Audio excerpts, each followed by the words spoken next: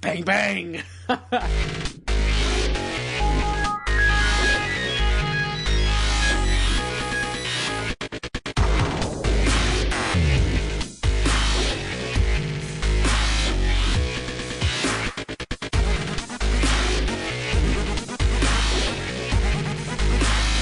And I'm back. Welcome to the AlphaCast, episode 9. I'm your host, Jake, and joining me, as usual, is the respected genius himself, Julius. How are you doing? What up? I'm chilling, man. It's good to have you back. I'm excited to be back. I mean, I'm tired and sick, but it feels great to be here. And we've got Brett, the Bear Slayer Woodmansey. Kill any bears while I was gone, Brett? No, but the Dream Team is back. Woohoo! And finally, the Supreme Founder, Grant. How you doing, Grant? Doing pretty good, Jake. How's jet lag? It's not going well. It's not going well at all. 3 hours of sleep last night, and I've just been dragging today. You'll catch up in due time. Yeah, I just can't nap, otherwise that'll mess me up. Yeah, you'll never get your sleep pattern back on track if you just like take a nap or something. Jet lag, Jake. Yeah. And like if you eat off schedule too, that messes you up too. Like the first day I got back, I was eating in European time. Like I was eating like my dinner during like, you know, it was just off. And apparently that messes you up too. Someone told me that, and I'm like, okay, I'll stop doing that too. But anyway, shall we get started with what we're playing? All right, well, I think I'm going to start because I haven't really played anything except for 2048, which is a dumb iPhone game that's really addicting. It's free. You can give it a try if you want, but we'll just get that out of the way. Yes, I wasn't a hardcore gamer these past couple of weeks. I'm sorry. But anyway, on to more interesting things. What are you playing, Brett? I am playing Disgaea 4, A Promise Revisited on the Vita. Going to be reviewing that. It's better in some respects than Disgaea 3 on the Vita. It's much prettier, which I like that. The characters and the sprites, they look more detailed and more realistic in a way, and I really like that. And it's more vibrant. I have noticed it's a little bit tougher, and I actually just lost a crucial story based battle, and I got reset back to the beginning of the game. Like I kept my levels and my gear and stuff.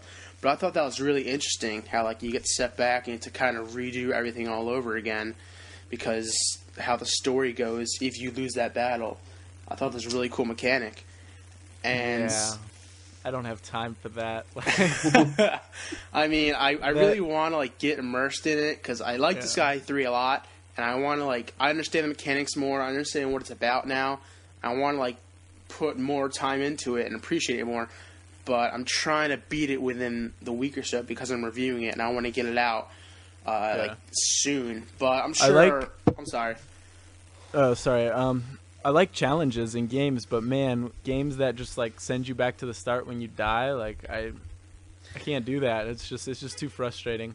Yeah, I mean, fortunately, I didn't expect it. It's what the heck? But I mean, fortunately, it's only the second chapter, so the first couple battles take literally 2 minutes each because I'm already leveled up and the people stay at their respective levels. And I'm also playing Legend of Zelda Majora's Mask. I'm getting on the home stretch for that. I am about to enter the final temple. I have a couple masks to collect, and I'll have all the masks. And I might go for all the heart pieces. I tend to do that in a Zelda game because I just love having maximum hearts. It just looks so cool and so rewarding for me. And I love it still, and hoping to beat it within the next week or two. All right. Grant, how about you? Playing that Rogue Legacy still? Yeah, it's such a great game. Every time I play it, I like it more and more. It's just the game's a grind. I beat my first boss a few days ago. There's 4 bosses, and then you have to beat all those to unlock the final one. So, I'm still playing that. And been playing a little bit of Last of Us Remastered, mostly multiplayer.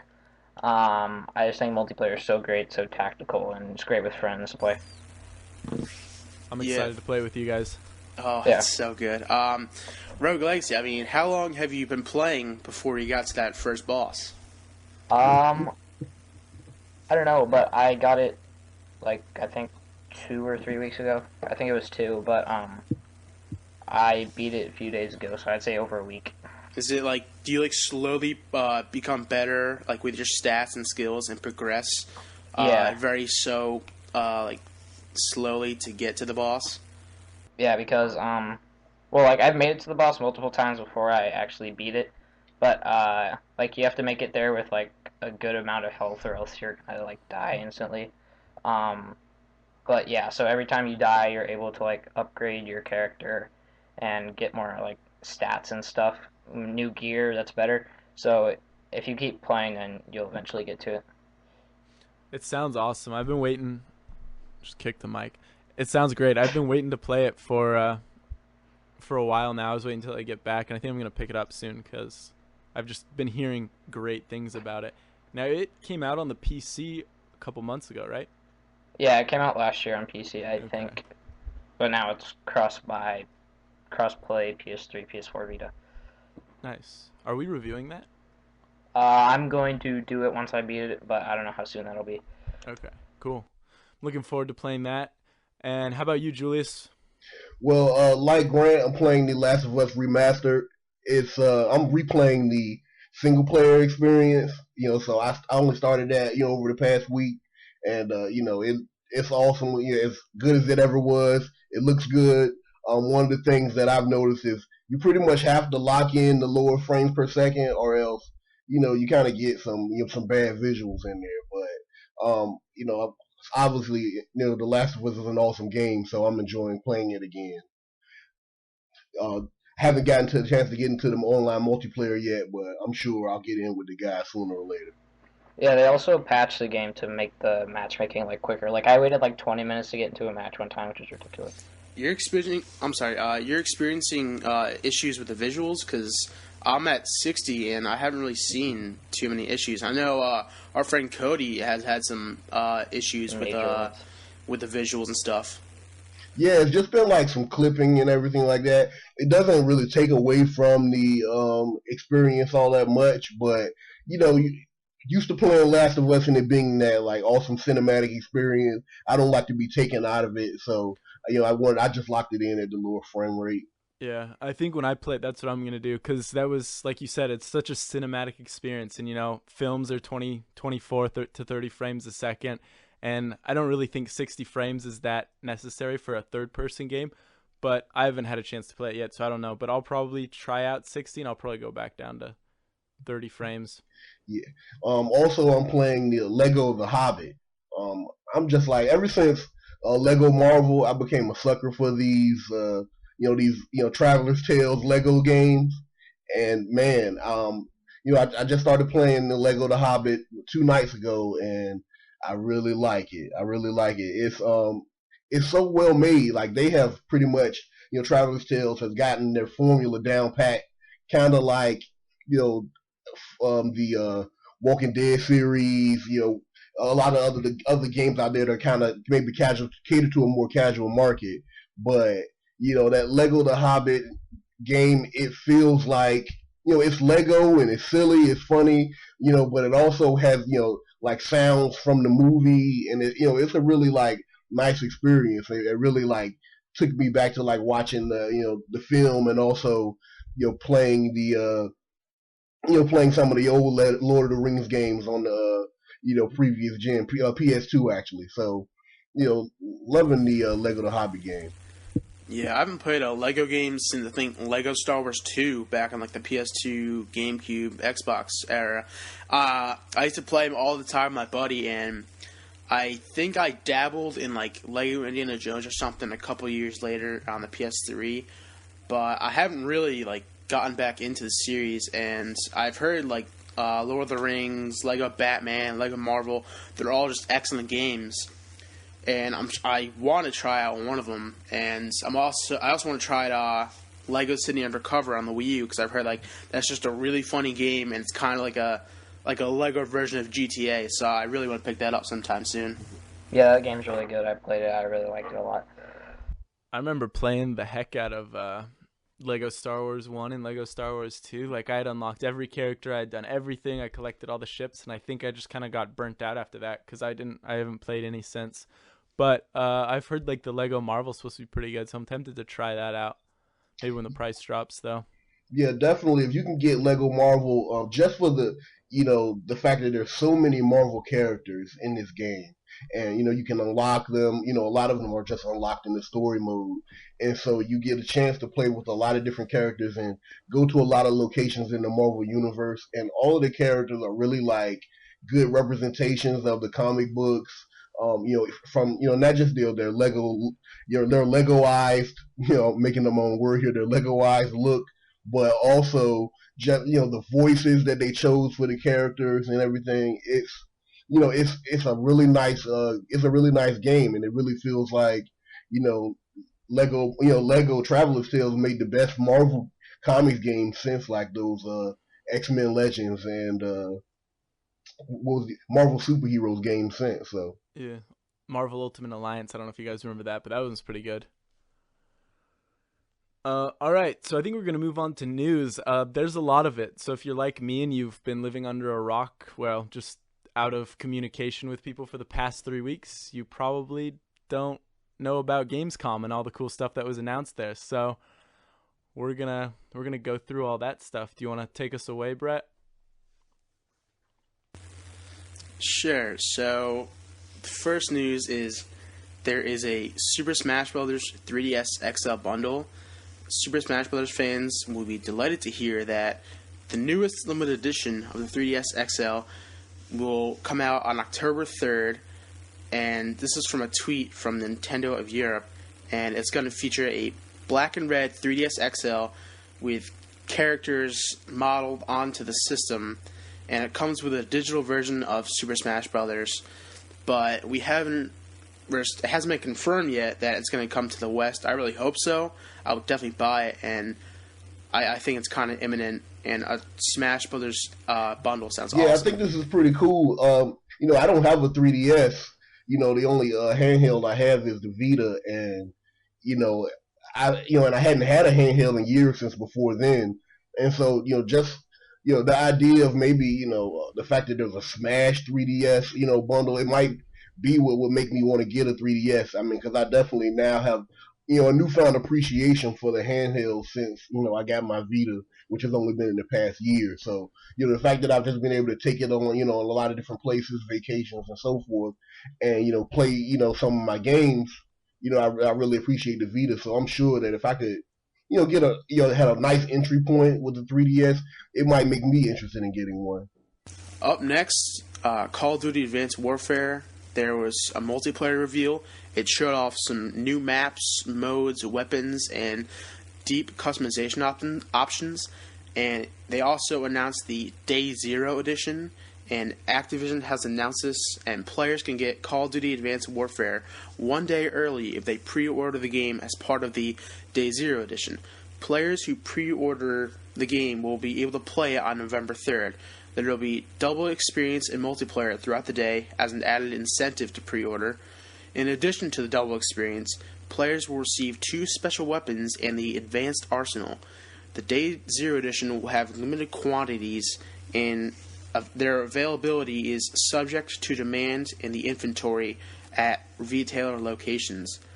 If you're a big Call of Duty fan, I mean, that sounds pretty cool. Get to play it one day early? Why not? I mean, that sounds like really cool news. Yeah, I definitely think that's cool. Also, the multiplayer reveal, I think it looks really cool. Usually Call of Duty is just the same recycled stuff, but they add some, like, all the gadgets and stuff, which look to change up the formula a little bit. Yeah, I saw a couple of the maps. I mean, I wasn't too impressed, to be honest. I'm kind of off the Call of Duty bandwagon. But, I mean, they're pretty unique, and I saw some of the guns in action. It seems really cool, and it's a nice change of pace for I don't know. the I series. think with Titanfall, I have no interest in buying this because Titanfall's great. They just kind of look the same, to be honest. Now It's funny because I think during the reveal, people were like, "Is this Titanfall 2?" Because they're just so similar now. Like Titanfall and Advanced Warfare seem so similar now. It's crazy. Like, 'cause, like I feel like it's kind of like in a way a copy of Titanfall in some respects. Well, yeah, but think that both these games have been like in development for years. They wouldn't have known about each other.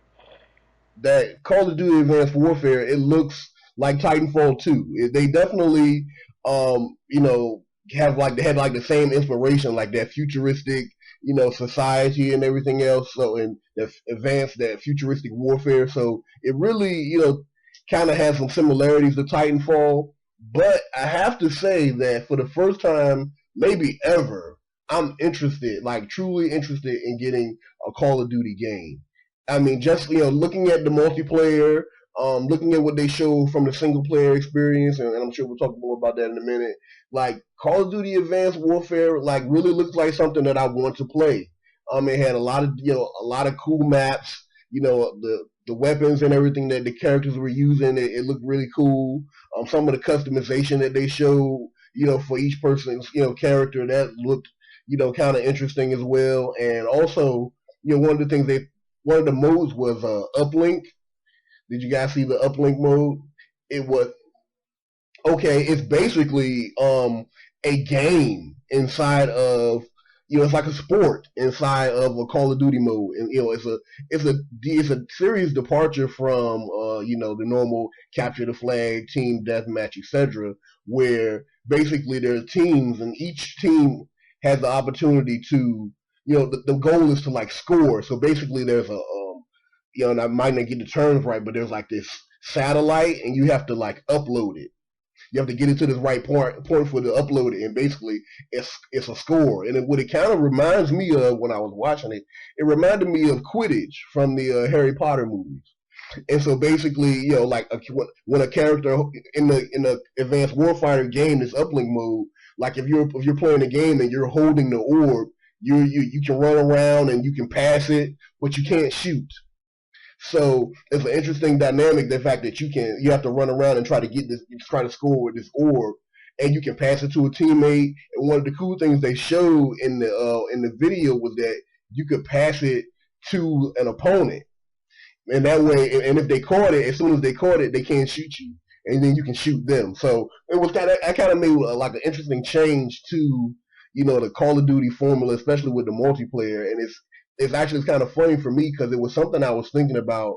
I've been just thinking about Destiny endlessly since the beta, and I was like, Destiny would be so cool if you know, with this whole world they're creating, if they had like something that was like different, like a sport, like Quidditch or something. And boom, here comes Call of Duty with this kind of like mode. So I'm interested in Call of Duty, and I can't believe I'm saying that.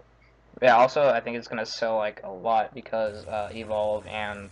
Battlefield Hardline. What's the other game that got delayed? Battlefield. They both got delayed, yeah. So I think it can make a big push. That mode actually sounds pretty cool. I think if you get, like, a good group of friends, people who are able to work together, I think you could have a lot of fun with something like that. I'm surprised we haven't seen anything like it yet. I guess there kind of was Griffball in Halo 3, if anyone played that, but... nothing to the extent you're talking about, Julius. It sounds cool. That's exactly what I was going to say. Griffball, I think Oddball, and a couple other Halo games. You kind of have to run around the ball and you gather points. It sounds really cool. I'm sure I would definitely play it. And transitioning into Call of Duty, Gamescom was this week, and Xbox had their conference, and there is going to be a Call of Duty Advanced Warfare bundle, and it will have a massive 1 terabyte. I knew we were going to get that terabyte at some time, and it's available for pre-order on Amazon, and it includes a digital code for the Day Zero edition. It will have a custom Advanced Warfare look, kind of like the Modern Warfare 3 Xbox 360. You guys remember that? And the controller will have sound effects inside of it. I'm not sure what these sound effects are.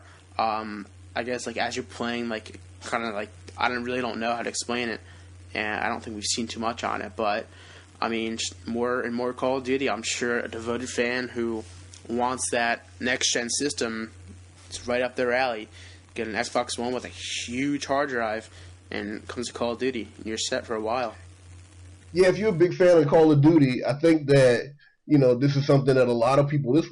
I think this will actually be a pretty good seller, with the fact that it's a limited edition or a special edition, quote unquote, console, and it's got a special look to it, and even the controller has that same kind of look. I think it's pretty unique. They haven't said what those sounds are yet. They just mentioned that there was to be some features with these additional sounds, but you get a copy of the game, you get the specially designed console, the special controller, and it's Call of Duty, and that includes that Day Zero edition as well in that bundle. People are going to jump on this because the way everybody knows how serious those Call of Duty fans are, especially with trying to prestige before each other. So I'm pretty sure if they can get that game early and get the double XP for a day, there'll be some people taking off work and staying out of school in order to play this get this bundle from Amazon or wherever and play that special edition. I have to say, 1 terabyte that's good, but that's what they should have started with. They should have started with 1 terabyte, and now there should be 2 terabyte. I've already ranted about how I've already filled up my Xbox One, and I've got like 6 games for it or something like that. But this just makes me angry at Microsoft, and I guess Sony too, because they've got 500. But you can at least replace that hard drive if you so choose. Anyway, I digress. Yeah. But like how big some of these games are, I think. Yeah, like Jake said, 1 terabyte would have been like a good starting amount of storage to have on. Yeah, I bought my PS4 like 3 weeks ago, and I'm already down to like 350 gigs of memory. Like, these games are so freaking massive. But that's another topic for another day. And up next, Rise of the Tomb Raider, the sequel to the Tomb Raider reboot, will be an Xbox One exclusive, but really it's a timed exclusive. They kind of used the word exclusive loosely. During their press conference, it was announced as an exclusive, and Daryl Gallagher of Crystal Dynamics said, "We believe this will be a step to really forging the Tomb Raider brand as one of the biggest in gaming with the help, belief, and backing of a major partner like Microsoft." He continued, "This doesn't mean that we're walking away from our fans who only play on PlayStation or PC. Those are great systems with great partners and amazing communities.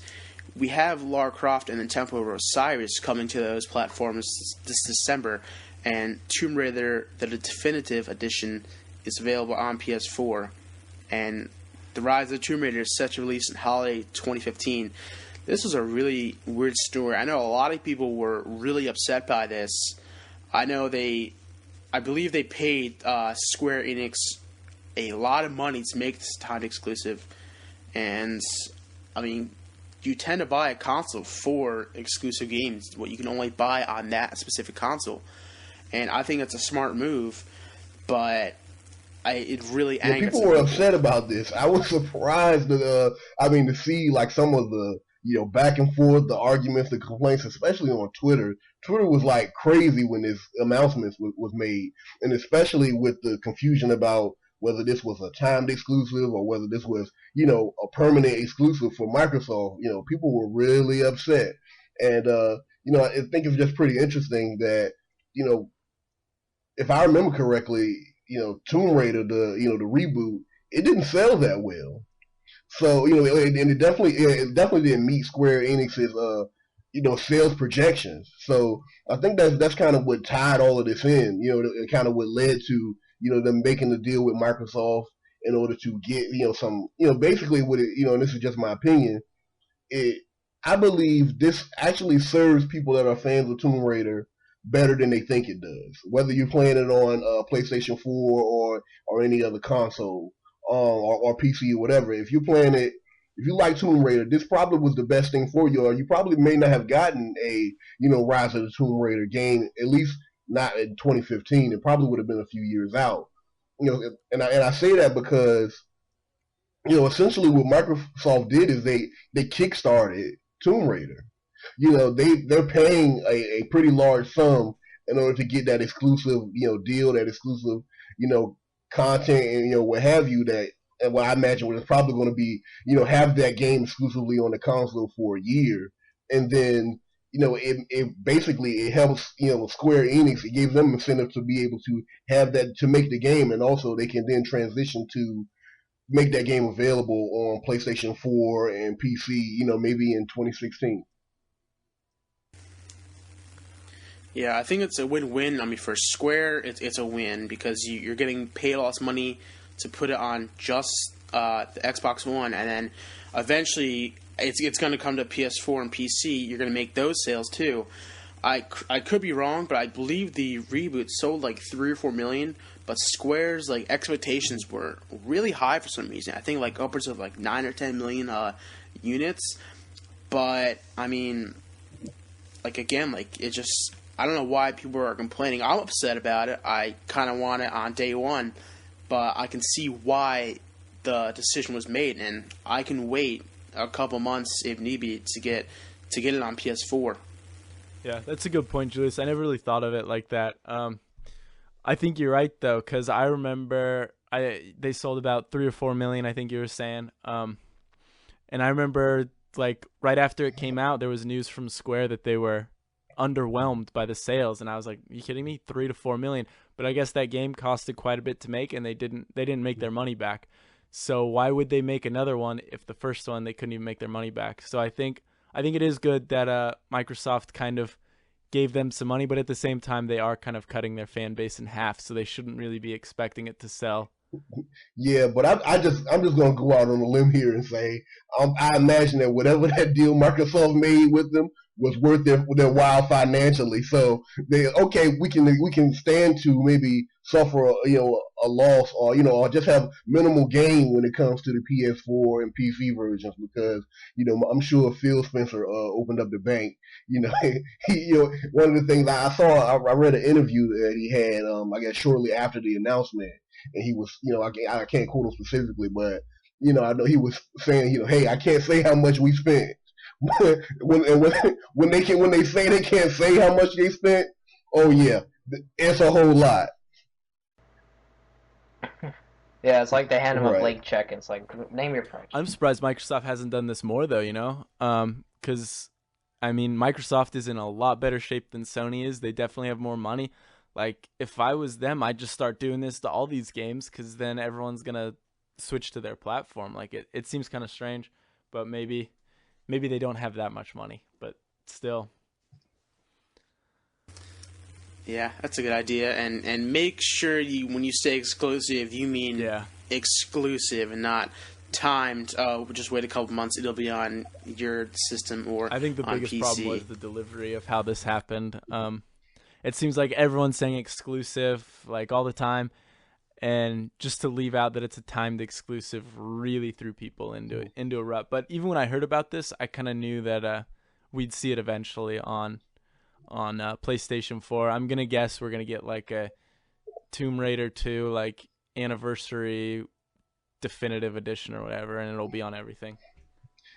Yeah, I'm sure. I think one of the things real quick, I'm pretty sure this is going to be the game going forward, whether it's Sony or Microsoft. They're going to be going back and forth and saying, "Oh, this game is exclusive," or we've got exclusive content, or we have an exclusive deal. I mean, because the third party games are really there just aren't as many of them as there used to be, and in order to create to be a differentiator, to have that differentiator between you and your competitor, you have to make it seem like, okay, we have something that the other console doesn't have.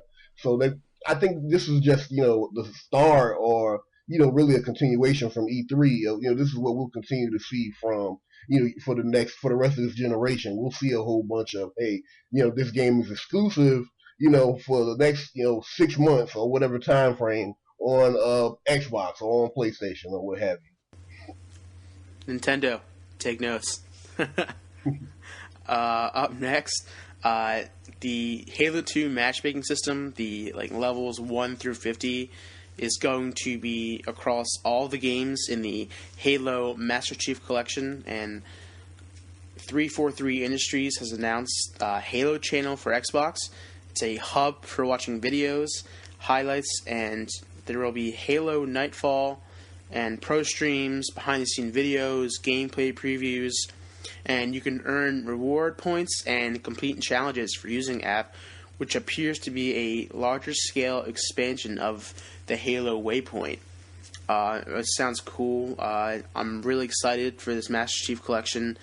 I haven't really been in the Halo universe in a while, and I mean, just seeing like gameplay videos and other people competing, I'm pretty excited for that. I'm really excited for this game. I always forget about it, which is good because then it'll get here sooner. But like, man, I had some great memories with Halo 1, Halo 2, Halo 3. Halo 4 is still pretty fresh, but like I'm so excited to jump back into this. Yeah, I skipped school and Halo 2 came out, and I would love to play it again. I saw the remaster like preview, and man, it looks gorgeous. Oh, I still haven't seen that yet. I was trying to watch it, but where I was, the internet wasn't fast enough. You're going to be blown away. Yeah, you really are. It looks amazing. I mean, and they showed it up against. They showed like in the same setting the original, and then they showed that that remastered version like right next to the other, and wow. I mean, these are for the cutscenes, correct? No, this was was it? This is for gameplay. It was actually gameplay what they showed. Okay, yeah. Cool. Because I've seen screenshots from the cutscenes, and those look beautiful. Yeah, the cutscenes look good, but they showed actual gameplay that looked, in the same setting as a part of, Halo 2. They showed it in this Halo 2 remaster, and yeah, it looks amazing. I'm so excited. This whole Master Chief's collection. I mean, this really has me on board. This is like a day one purchase for me for sure. Yeah, it's definitely the best deal you can probably get this year. 4 games plus a beta for the price of one game. I mean, you got to get it.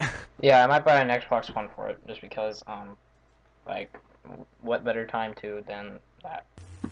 Yeah, I probably will. I remember there was like a teaser, like a demo or something of for Halo 2. It was like a level that took place in the city, and this was before Halo 2 had come out. And I don't remember too much about it, but I watched that like trailer or video like a million times in preparation for Halo 2, and I'm really hoping that level, I don't know if you guys remember, but like I'm hoping that level will be put in to the Halo 2 remaster. I remember that. Bet you can't stick them. You're on, and he like throws the grenade on the ghost. Oh my god, yes. That's the one, right? It never ended up in the game, but I just remember seeing that, and I was like, I'm so excited for this. This is so awesome. This is a PG family program. Up next, a white Xbox Sunset Overdrive bundle has been revealed. Microsoft has officially revealed the recently leaked white Xbox One bundle that's going to come with Sunset Overdrive. And it was the white Xbox One was previously exclusive to Microsoft employees, but now it's available for pre-order on Amazon, and it's priced at $400 and 400 euros respectively.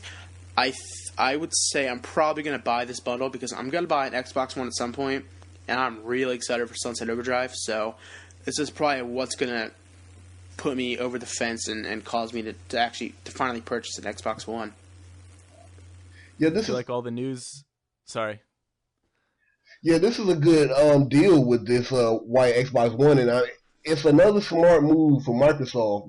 Microsoft has really, made a lot of smart choices recently, because I just my honest opinion here is that Sunset Overdrive, even having a bundle, I don't think it was going to move a whole lot of units. I think people appreciate that the gameplay that they know to expect from the developer, but Sunset Overdrive, I don't know if there's a lot of people that seem really hyped for this game. And I was watching the press conference really closely, and even when they showed Sunset Overdrive, it wasn't a whole lot of fanfare and applause from the crowd. So I'm really not sure that outside of that white Xbox One, that Sunset Overdrive would really be like a huge system seller, or at least one that you would expect from a title that they have really kind of tried to put the hype machine behind. So go ahead. Just for the fact that they paired it with the white Xbox One, that's going to really make some sales now, because hey, we got Brent right here on the AlphaCast saying he's going to buy one, so he's going to buy one. I'm sure a lot of other people are going to buy one because it's a different colors. It's different from the original, so people will be on board for that. Yeah, but from people I hear that have played it, like they say it like controls like really awkwardly. Really? Yeah, That's like kind of a bummer. because like you're supposed to feel like you're grinding on rails and everything, and you're supposed to feel like really cool, and it's just like kind of hard to control, and somehow I just don't know. Colin Moriarty did a preview, and he said it played great. I mean, he seemed all aboard for it, but I think I will need to try it before I make that purchase. Yeah, I feel like it could be like a niche game, like a big Insomniac fans are gonna love it. I mean, Microsoft people who own the Xbox One, I feel like a good number of those people bought it for games like this. I mean, it could just be me, but I think the game itself is gonna do well. Like Julia said, I think it could struggle as a bundle itself. I'm not entirely certain though. And now we're moving on to the PlayStation conference. Tearaway Unfolded is coming to the PlayStation 4. Great, another port. Brett's not happy about that. Nope, that's another rant for another day, though. And especially because it's Tearaway, which you did not like at all. I like. I mean, I understand the hype and stuff, and it was well received, but just couldn't get into it. But Yeah. Media Molecules Vita exclusive Tearaway is now coming to the PS4 with the title Tearaway Unfolded. Tearaway Unfolded will include the game, but it will be adjusted for the PS4 with additional features such as DualShock 4 functionality and Media Molecule.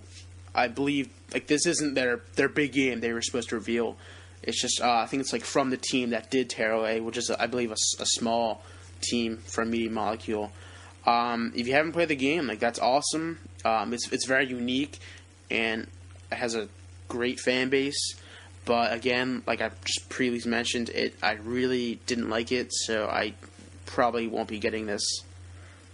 Yeah, I second pretty much everything you said. I got it because Media Molecule is such a great studio. People love them, and like I figured why not try it? I mean, it looks unique, but I just couldn't get into it. I think I played about an hour, and I was like, nope, not for me, and just took it back. Yeah, I hate sounding rude. Like it honestly felt like a drag in some respects because like you have to like get to like the sun, which is essentially like your face, and like to deliver the message. And I was like, all right, I'm finally there. I was like, oh, it's like a 4 or 5 hour game. That's cool. But then like you get dragged down to other regions, and you're getting further away from like your final objective. And like I just felt so bad. Cause like, oh, like when does this game end? Like I know Media Molecule worked hard in this game, and like it has really cool ideas. Just I just didn't get it, simply put. And up next, PlayStation TV has a release date.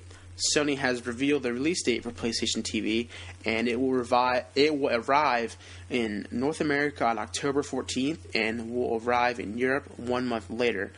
PlayStation TV will support PlayStation Now, Vita games, Remote Play, and PS1 and PSP classics when it releases for $100 and €100. There's a second plan bundle for $140, which will include a DualShock 3 controller, an 8GB memory card, an HDMI cable, and a copy of Lego Movie The Game. And it's set to release in the spring in Australia. I don't know very much about PlayStation TV. I'm kind of intrigued by it, but I'm going to have to see how it fares and what people think of it before I'm willing to spend $100 on something like this. I really don't have a need for it because I don't plan on playing my video games on my TV, but I mean, if you're a fan, more power to you. Isn't it already out in Japan? Yeah, I believe it is. Yeah, it's already out in Japan. It's a pretty neat device. It's basically, it's the equivalent of a Roku box or an Apple TV or one of those devices allowing you to access like Hulu and Netflix and some of those types of apps. And in addition to that, you've got PlayStation Now access. And so you can access the marketplace and play Vita games. And PS1 and PSP classics.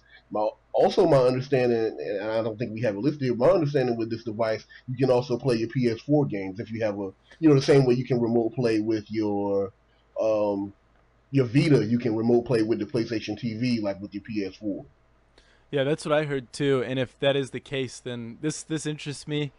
Especially, if you've got like multiple TVs in your house, I think this could be pretty cool. Actually, you can just sit down in your living room, play a PlayStation 4 game, and then like, oh, someone's using the TV, you can go back to your room, just play it on there. I mean, I think it could work for some people, not for me, but yeah, it seems like a pretty cool device. I mean, I'll see what people think of it when it comes stateside before I ever really consider picking up one. But I was already thinking about getting like a Roku or an Apple TV for another room. So if it's received well and it does those things well, and all this other stuff works like they say it does, then I'll probably be on board with it. But I'll kind of wait and see what other people think first. Yeah, like what Jake said, like if you move your console around like a good amount, then it's probably a good fit for you. Mm. Up next, the PlayStation 4's firmware update 2.0 has been detailed. The biggest feature the update will provide is SharePlay, which is a way for you and a friend to play the same game virtually. If both you and your friend are in front of a PlayStation 4, you can share the same game competitively or cooperatively, and only one of you needs to own the game. In addition, the firmware update will recommend friends for you. It also plays gameplay clips that you record, and it will be directly uploaded to YouTube. It sounds like a really cool feature. Like if you're on the fence about a game, say, hey, like, can I play a certain game with you?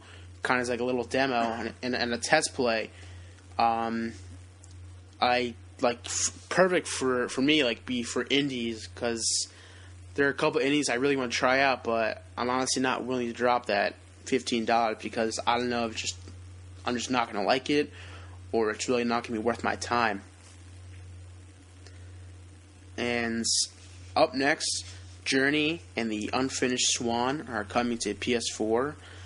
Sony has confirmed that Journey and the Unfinished Swan are coming, and developer Tricky Pixels will be porting Journey, bringing the emotional classic in 1080p, and Armature Studios, the developers of Injustice: Gods Among Us on the Vita and Batman: Arkham Origins Blackgate on the Vita, will be porting the Unfinished Swan in 1080p.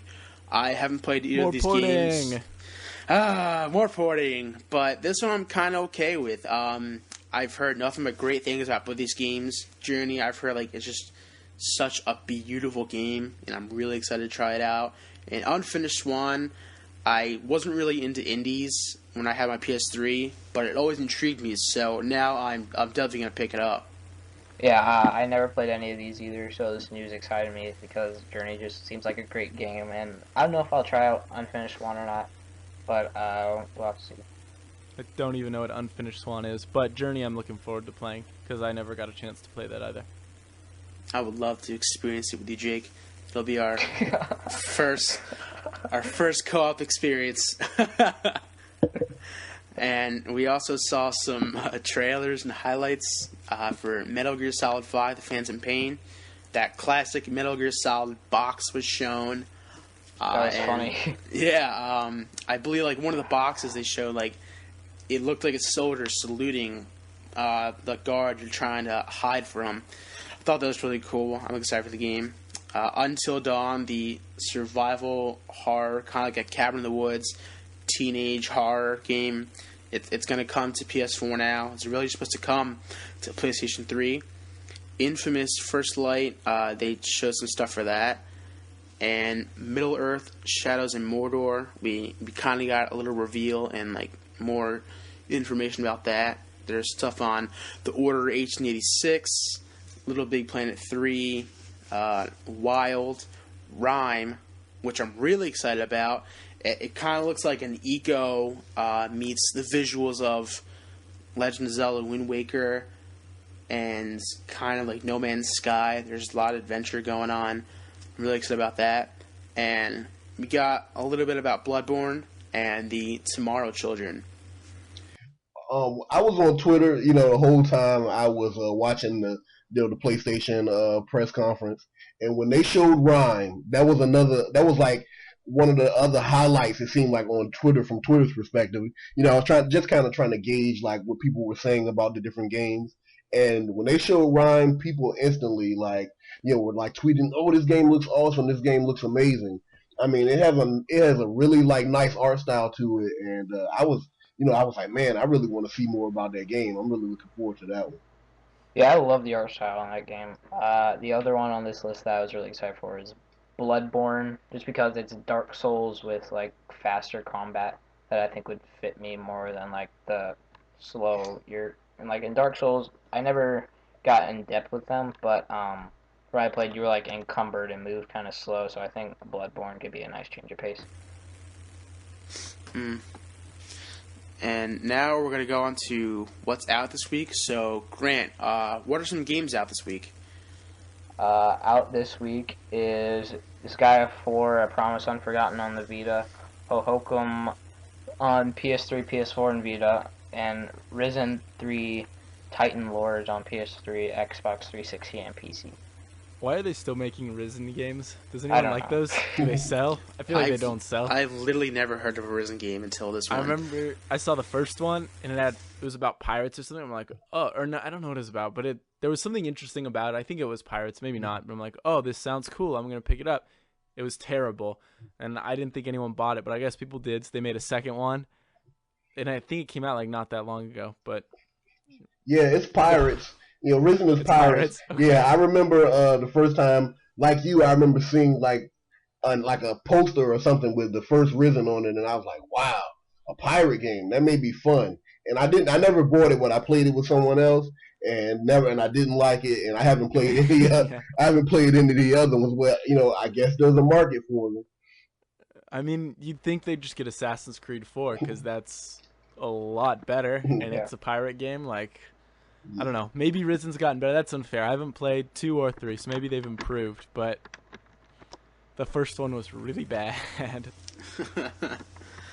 And now we're gonna move on to our topics. Hold on. What's up? All right. Now we're gonna move on to the topics. Right. Sorry, a certain host. You kind of hijacked my hosting position here. I mean, I was letting you go for the news. Sorry, I'm the better host. I mean, but out this week you kind of stepped on my foot. Hey man, you were taking too long. Episode 6, 7, 8. Check them out. Better host. Who you want? Anyway, topic number 1. Is the Vita now an afterthought for Sony? Yeah, I brought this up because we didn't see anything Vita related to game, like Sony's Gamescom conference, and I was just gonna ask you guys, like, do you think it's like officially dead for Sony? Like, is it just something they're not even going to focus on anymore? I love my Vita. I play a lot of RPGs on it. I use it primarily for my indies. Do you guys think that we're going to see titles kind of trickle into the library and that we're not going to see much else right for the future for it? Yeah, I think so. Yeah, I definitely think that there would be like a decrease in games because the point you made, like, they talked absolutely nothing about the Vita during their Gamescom conference unless they're reporting something from Vita to PS4, like Tearaway. So that's even less reason. Go ahead, Jake. I think that we'll definitely see a decrease in like some of the exclusive Vita games and the AAA games, but I think there'll still be lots of cross-play, cross-buy games, tons of indies, which is fine with me because indies are all I really get. Like, I honestly don't really like the AAA games on Vita. I just get the indies. Like, one of my most anticipated games for it is Hotline Miami 2. Like, that looks freaking awesome. Yeah, and they just announced like a release date for the original Hotline Miami on PS4. I think it was a little bit before Gamescom, but yeah, about that. There's one thing like the sorry, I forgot what I was gonna say.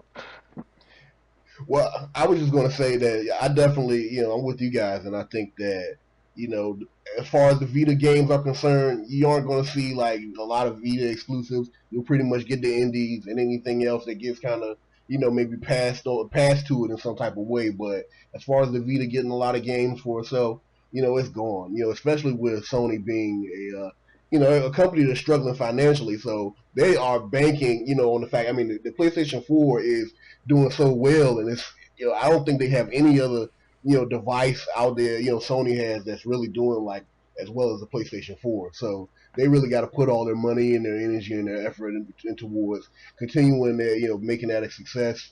I think now the Vita is the PlayStation 4 remote player. Yeah, exactly. I think that's where you're going to find your AAA experiences on that. I think it's just going to be through remote play, which is kind of a shame because you are limited to two when using remote play. But, I mean, like I said, as long as they keep coming out with those indies, I don't think I'll regret my purchase of a PlayStation Vita. Yeah, that's what I was going to say earlier. Like, now they're pushing as an accessory for your PS4.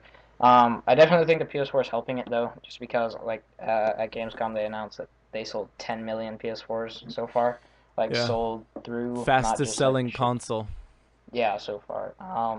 But, yeah, I definitely think the PS4's success is helping the Vita because it has a remote play feature.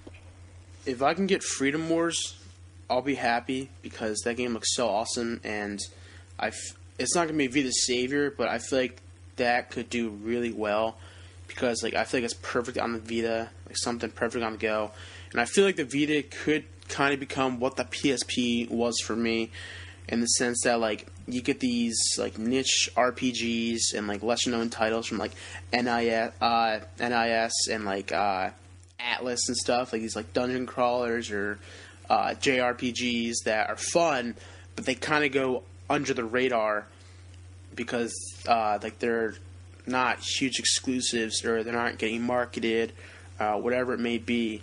But I really think Sony deserves to kind of give it one last push to not necessarily save it, but, get it out there. Get people knowing, like, the Vita itself has awesome games. Persona 4, Tearaway, I'm not a fan of it, but has that. Killzone Mercenary, it has plenty of games. And it's got the PSP games you can download. It's got PS1 classics. I have used remote play maybe twice on it. I love using it for its respective games. I think it's kind of in the position of the Wii U just because it had, like, such a slow start. I don't know that it can ever recover from that. But, they both have great exclusives that come to it. But, I'm sure the Vita has, because Wii U and Vita both have, like, very, like, spaced out exclusives. Like, the games that come to there are great, though. How dare you talk poorly about the Wii U? I love it. It's just that the games that they don't come out often enough. Kirby Air Ride, please. Hear that, Iwata? Just give me that. Reggie Fils-Aimé.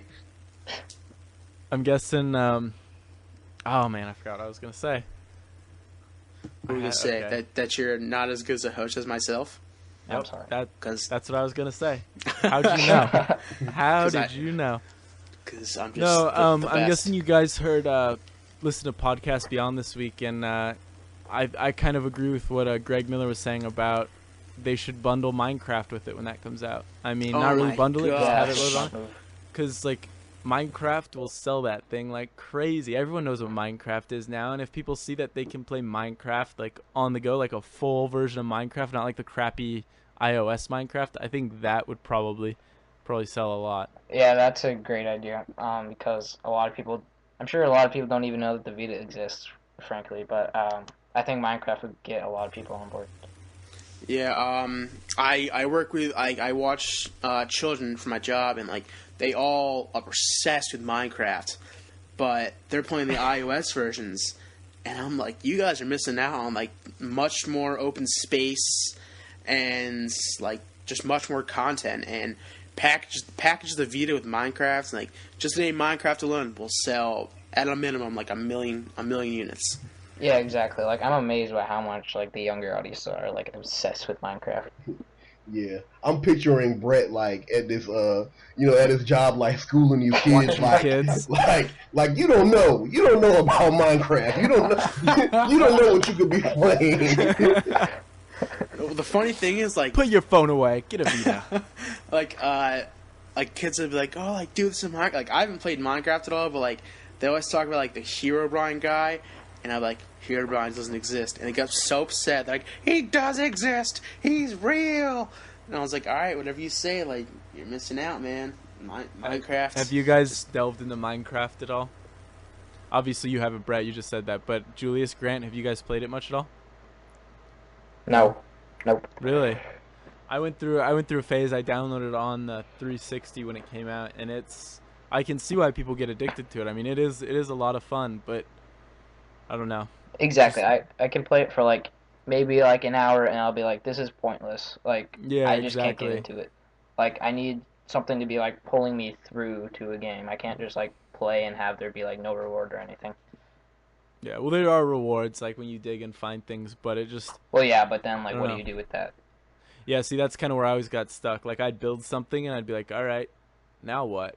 Yeah, And exactly. Yeah, I was that way with I'm sorry, I was gonna say like I'm that way with Terraria. It was free for PlayStation Plus like a month ago or two, and it kind of reminded me of Minecraft and like what I've seen of Minecraft. And like I built something, I gathered materials. I was like, what's next? Like I just don't see the hype in this. I fired that up, Terraria, when I was in line waiting to go to the Up at Noon audience, and I like played it for maybe 2 minutes, and I'm like, nope, I'm not doing this. This is too much for me right now. I Didn't just see the couldn't hype. get into it. Anyway, I think we've kind of beat this topic to death. So I think that wraps up episode 9. If you enjoyed this episode, be sure to rate and review us on iTunes, and don't forget to check out icedjgaming.weebly.com. As Brett said last week, our writers have been very busy over there. We've been putting out content daily, so be sure to check that out. Finally, if there's something you want us to discuss on the podcast, post on our community forum or just tweet at one of us or at the website's Twitter. You can find me at Jacob Deck. That's JACOBDEKK. Where can we find you, Brett? You can find me at Brett Woodmansee, WOODMANSEE, Woodmansee, all put together, people. Also, tweet at us who's the better host. All right. Yeah, we well, will take a poll. Yeah. We're going to get like 2 tweets. And I'll be happy if we get 2 tweets. And then, no, Brett will be one of the tweets. Yeah, Brett will be one of the tweets. He'll He'll vote make for an himself. account. Yeah. How'd you know? Well, you can find me on Twitter at Respected Genius. You know, that's respected and then genius, but change the I to a lowercase L. And you can find me at GrantRam3. Also, check out DebateCast. I don't think we mentioned that. Oh, yeah, check that out. That's a good one. It's our secondary podcast. It's for the writers who don't really get a chance to compete with the dream team, and it's where Jake's hosting skills belong. But I'm being nice right now. Shots fired. Bang bang. Yeah. And the BetaCast, you can find them on YouTube. Just search BetaCast or the Yep. BetaCast. DEBE. DEBETA cast. It's a clever name, I must say. All right, until next time, guys. See ya. Peace. Later.